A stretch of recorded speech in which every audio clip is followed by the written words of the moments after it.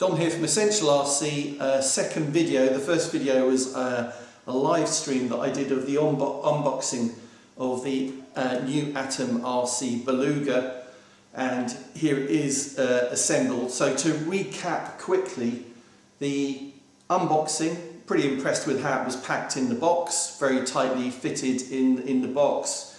Not many components in the box, I have to say, which meant it was very quick to assemble, but there were a few challenges along the way assembling it. The one disappointing thing, when I took all the components out of the box, and that I was looking for, was the canopy and how good that was. And this was the only thing that was not bagged in the box, and because of that it's got scratches all over it. And as we know, if we want to fly FPV with an FPV camera on board, and especially have the canopy over the top, it's really important that this is super clear and very good quality.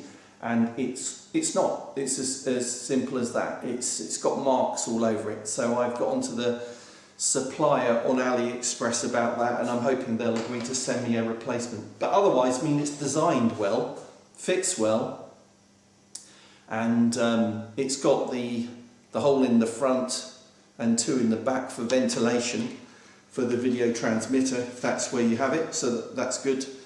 And I think I would like to fit that. It's a nice bubble on top. I think the aerial on my VTX gets in the way slightly, but it will probably work like that. And you can see the clearance I've got on my FPV camera in there. I'm using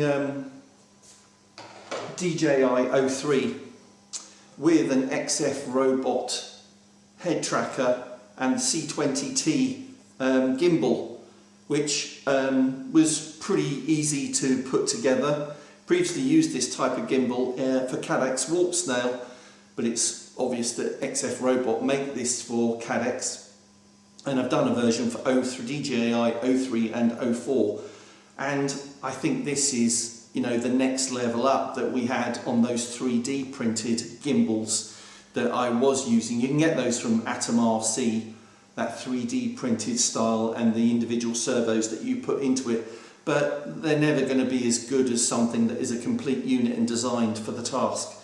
It also has these rubber mounts, anti-vibration mounts. Used that style of mount on a GPS helicopter recently, and irons out all of the low frequency vibration that you get on a helicopter, makes for a really smooth image. Pretty impressed by that. But it would also protect the electronics as well, you know, the connections into the camera and the camera itself, so no harm in having that. Assembly wise, there were a few challenges along the way. I'd say alignment of the wings with the pegs that come out of the fuselage, and one of those pegs was loose and I had to pull that out and glue that accurately back in place. And the one thing with this, obviously, so they can pack it well in the box, is the attachment between the back fuselage, the rear fuselage and front fuselage section. Now it's basically two screws, one in the top and one in the bottom, and there is a foam section from this rear piece that does go in at the back, but it still does move around a little bit. Now I think that's 1 or 2 millimeters of movement. It's enough for me to consider actually gluing it in place, and I think I probably will do that. But otherwise, not too bad. It was quite simple to put together. Now my version, and you can get this in a number of completed versions, level of completeness, and with retracts, and I've gone for the return to home version with landing gear that you can see underneath. So everything is fitted. That's the thing about this. All with the return to home version, the landing gear, the servos are connected up to the control surfaces already. It's really complete and makes for a very quick assembly. Let's just show the landing gear working.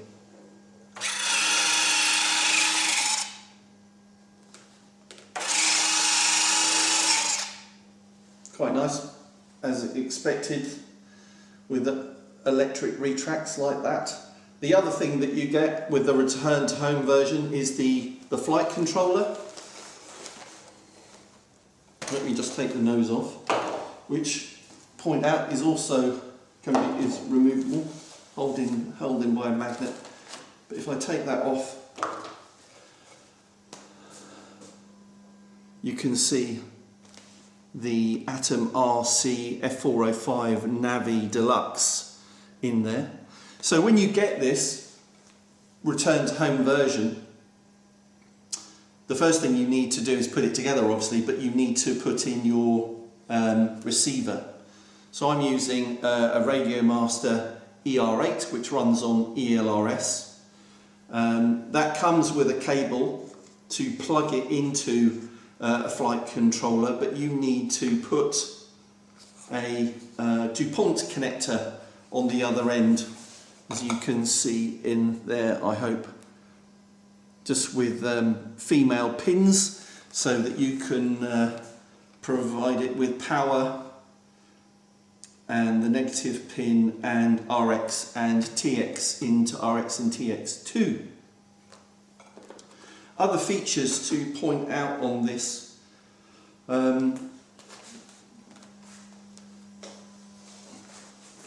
can see on the front there's a little hole, and that's for a pitot tube should you want to put an airspeed sensor in that. I would like to do that. I do have a number of spare airspeed sensors, so I will try to do that.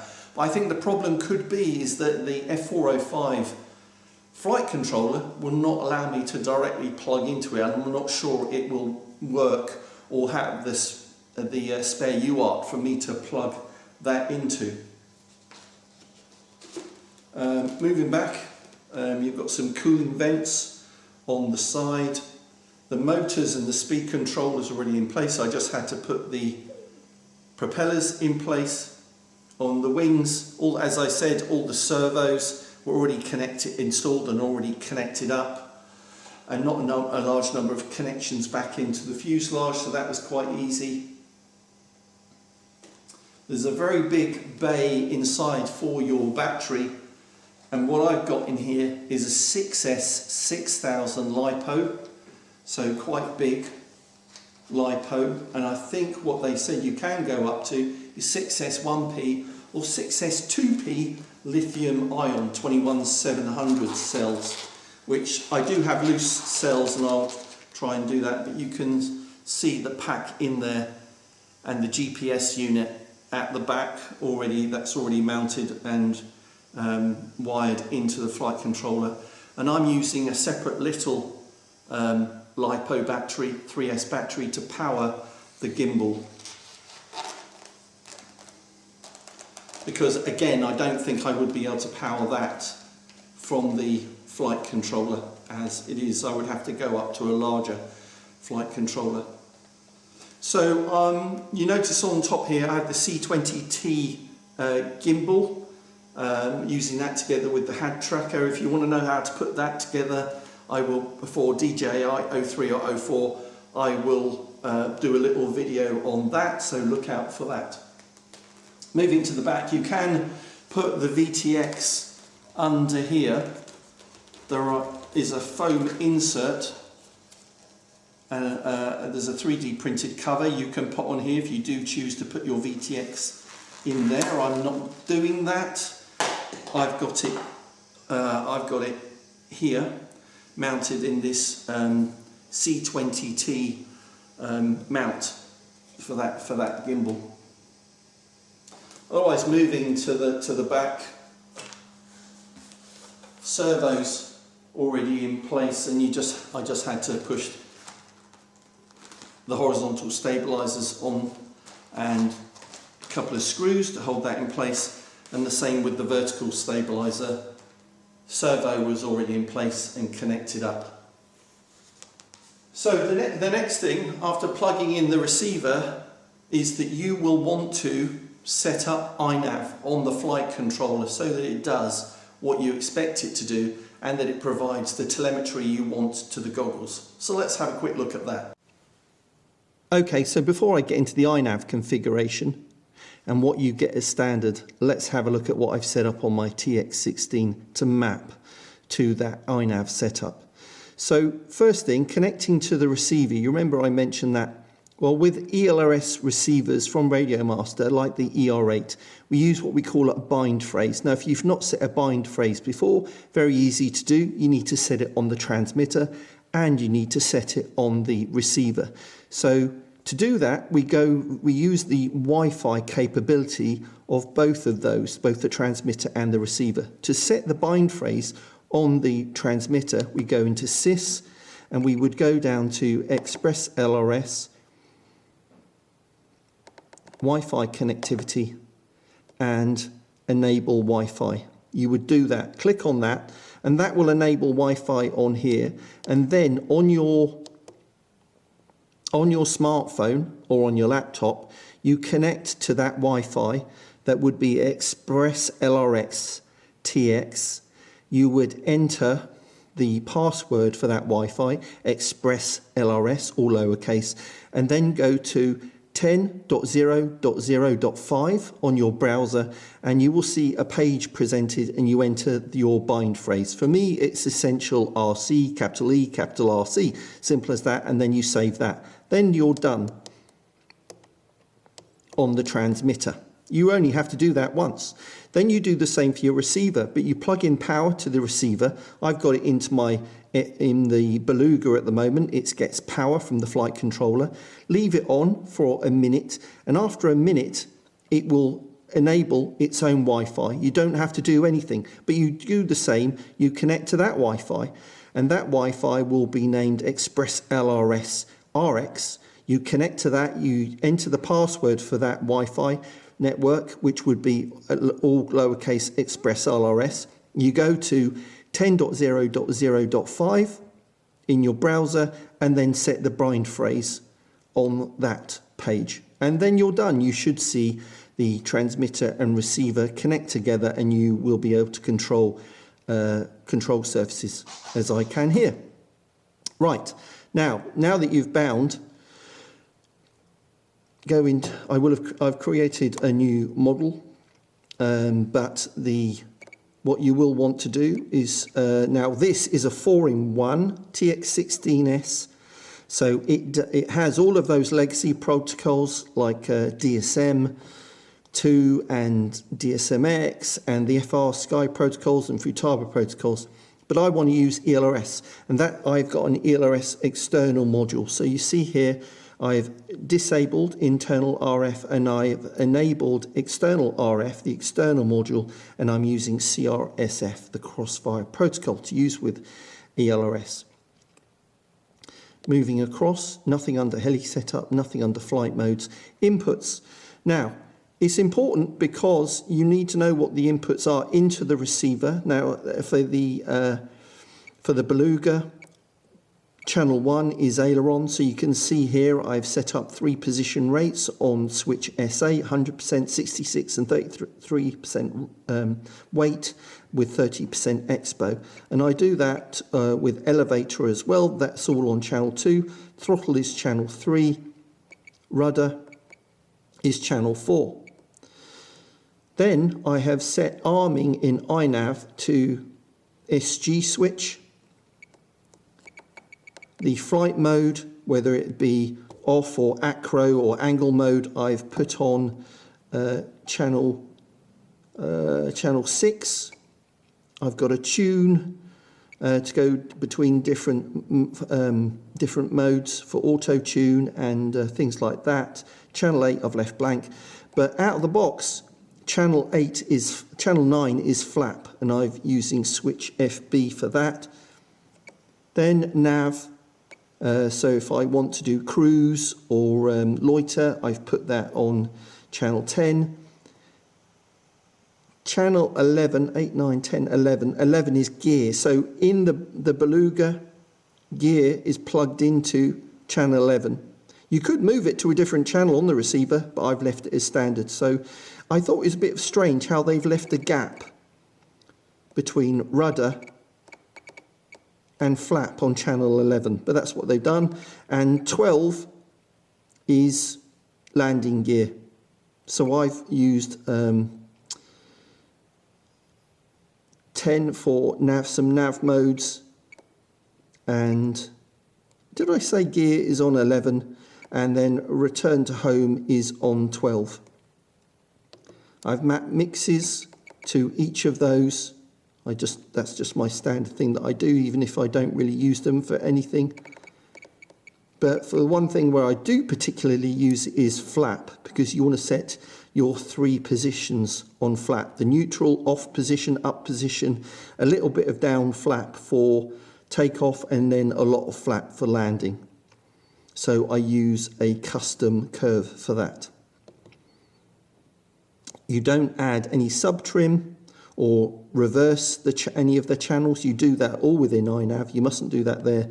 And then this is the flap curve. Go into that just to show you that it is 0, 34 and 100. That's what I'm using.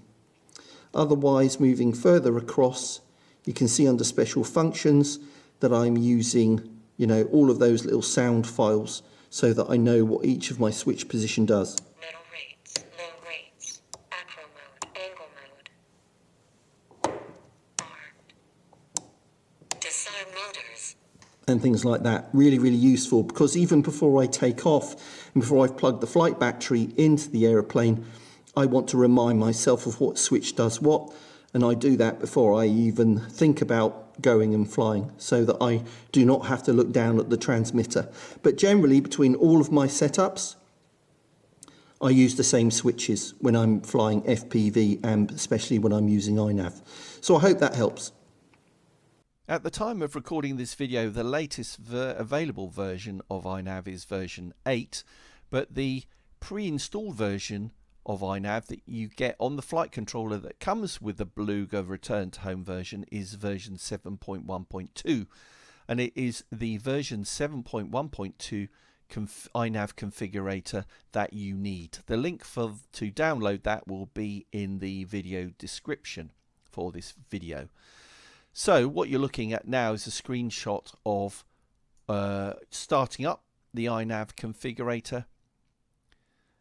But when you plug in the USB lead to the flight controller from your laptop, you should see it automatically detect a COM port that you can use to connect to that flight controller. If you don't see that, then you are going to have to load up some drivers, and you can see on the iNav screen that it shows you those STM USB drivers that you should look at so that you can get the connection working. You can see here that it's given me COM5, so I click connect so that I can start with my iNav configuration. Once the configurator is connected to the flight controller, this is what you see. You can see in the middle there the basic orientation of the model as it is on your stand or on a table, wherever it is. So it's fairly level for me, but it gives you heading, pitch and roll values there. Don't need to worry about that unless we are making sure that the attitude of the flight controller is correct. That could come later. But down the left we've got the tabs for all of the different configuration options. Across the top you can see now that it is confirming the version of iNav that is loaded onto the flight controller, so it's actually 7.1.1. And then also across the top you've got the voltage of the flight battery, you've got status of the individual components of the flight controller, and you'll notice here that the GPS is blue and therefore healthy. But if I did not have a flight battery plugged into the flight controller and only the USB connection connecting it to the configurator, then that would probably show red, and purely because it's not delivering enough, the USB connection is not delivering enough volts to power the GPS. But you shouldn't worry about that at this point. You've got other pre-arming checks down the right. Navigation is not safe because we don't have satellites. I'm sitting inside, that's why I haven't got 7 or more satellites, so that's why it's showing navigation is not safe, and then other info like the battery voltage and GPS position, which, as I said, I've got 0 sats because I'm sat inside. But let's now skip down the individual tabs and I'll point out any changes you need to make in configuration. Click on calibration and you'll be able to see whether the accelerometer calibration has been done, and it looks like it was in the factory, so nothing to do here. We can move on. Mixer tab, nothing to change here. This is okay, although I do think it's a little bit strange that they had landing gear and flaps on 9 and 11 into the flight controller, but I've just kept things simple and left that as is. Outputs tab, and the only thing I had to correct here was that one of the mid values, I think it was on servo 2 on elevator, was 1505, and for me to get the correct neutral position, then I set that to 1500, the kind of the default value. Now, to be clear, you should not be setting the neutral mid values for any of the control surfaces on your radio transmitter. You should be using the iNav configuration values here on mid. If you want to reduce the throw, the maximum throw, then you should also do that here using min and max. Certainly what you must not do is reverse any of the channels on using your radio transmitter. You should do that here. Why is that? Because you could really confuse the gyro on the flight controller and it do completely what it should not do. You need to tell iNav that you need to reverse a channel in the iNav configurator, but for the Beluga you should not need to reverse any of the channels. Ports tab is where we tell iNav what is plugged into the flight controller, what peripherals are and sensors are plugged into it. So this was all correct for me. UART2 is where we plug in the receiver.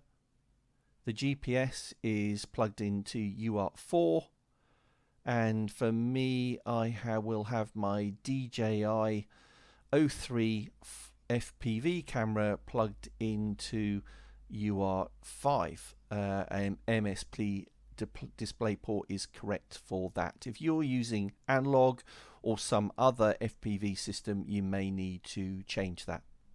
Configuration tab next, and this is all good. Battery settings though is very much oriented around lithium polymer. If you're running lithium ion, then you will want to change minimum cell voltage to something like 2.8 and something slightly higher than that for warning cell voltage. If you added an airspeed sensor, you'd obviously need to set the type on the top left under pitot tube.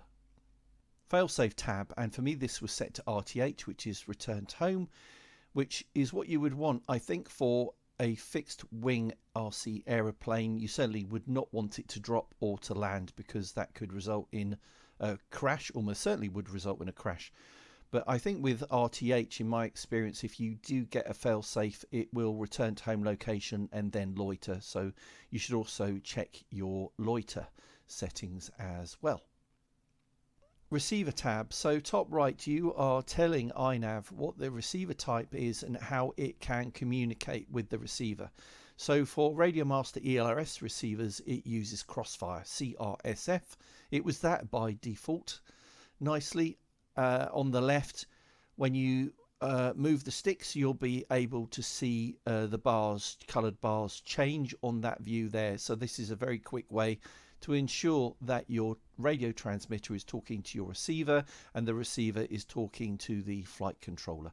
Just change the receiver type and the serial receiver provider as necessary to communicate with your receiver.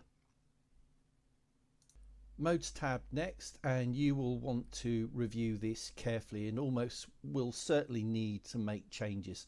So as an example, I showed earlier in my TX16S radio transmitter configuration that I was using channel 5 for arming, or that's at least how I'd set the switch to the switch against channel 5. And here is in the iNav configuration how you tell it to disarm and arm. So I set first on the arming line that I'm using channel 5, and then I can set the range on the channel for disarming and arming. So currently it's showing me the little indicator underneath the 1000 value to show that it's disarmed, or the radio transmitter would be telling the flight controller and therefore iNav that I want it to be disarmed. And then when I move the switch on channel 5, it will go to the opposite end under the range that I've set up for arming and will therefore arm iNav. Lots of other modes to explore here that you may want to configure in the same way against switches on your transmitter. Those could include return to home, loiter, or cruise. If you don't know what these mean, then please scroll through them and look them up. GPS was already switched on and the correct u-blocks protocol selected. But what you may want to do if you're in the UK or mainland Europe is to select the use of Galileo satellites. Not sure actually what you should be using in the US if that's where you are in the world, but I'm sure somebody will chime in and let you know. Telling iNav the orientation of the flight controller and the GPS module is key to its operation. So this has already been set in the factory, but you should appreciate that the flight controller itself is actually upside down, and that's what this alignment tool has been set to, and the GPS unit is the right way up. So don't change anything here unless you change the position of either of those components.